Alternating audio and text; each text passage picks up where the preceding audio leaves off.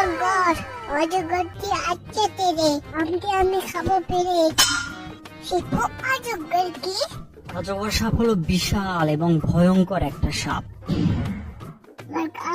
তোমার গার্লফ্রেন্ডের মতো। আরে আমার আবার গার্লফ্রেন্ড কই থেকে আসলো? থাকার কিছু বললাম না। অজগর সাপ আস্তে আস্তে মানুষ গোটা গিলে খেয়ে নিতে পারে। পিঠু ওটা পিঠু কেনারা অর্ধেক অর্ধেক করে খেলেই তো হয়। কেমনে? সব মানুষকে নিয়ে গিয়ে অর্ধেক কেটে সকালে রান্না করে খাবে, বাকি অর্ধেক দুপুর খেলে তো হয়। ওদের রান্না করতে হয় না, আস্তে আস্তে মানুষকে এমনিতেই খেয়ে নিতে পারে। কি নোংরা, কি বিচ্ছিরি। তরকারিতে লবণ কম দিতে খেতে পারি না, ওরা কিভাবে খায়?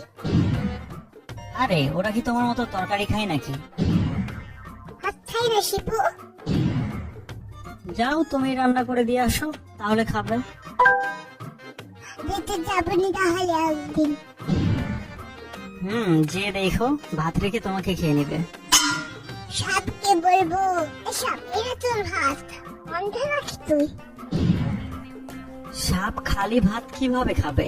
বরং তোমাকে তরকারি বানিয়ে ভাত দিয়ে খেয়ে নেবে। আমার মাথায় একটা বুদ্ধি এসেছে। কি শুনি? তোমাকে কেটে তোমার কলিজা ভুনা করে খাবো, তাহলে আর কোনো সমস্যা হবে না। আইসে। আর সাপ এতগুলো মানুষ খায়, ওদের ভুঁড়ি বেঁধে যায় না? আরে আমাকে দেখে কি তোমার ভুঁড়ি বিশেষজ্ঞ মনে হয় নাকি? খালি বারবার কথা। রে বাবা, আমি আবার কি করলাম?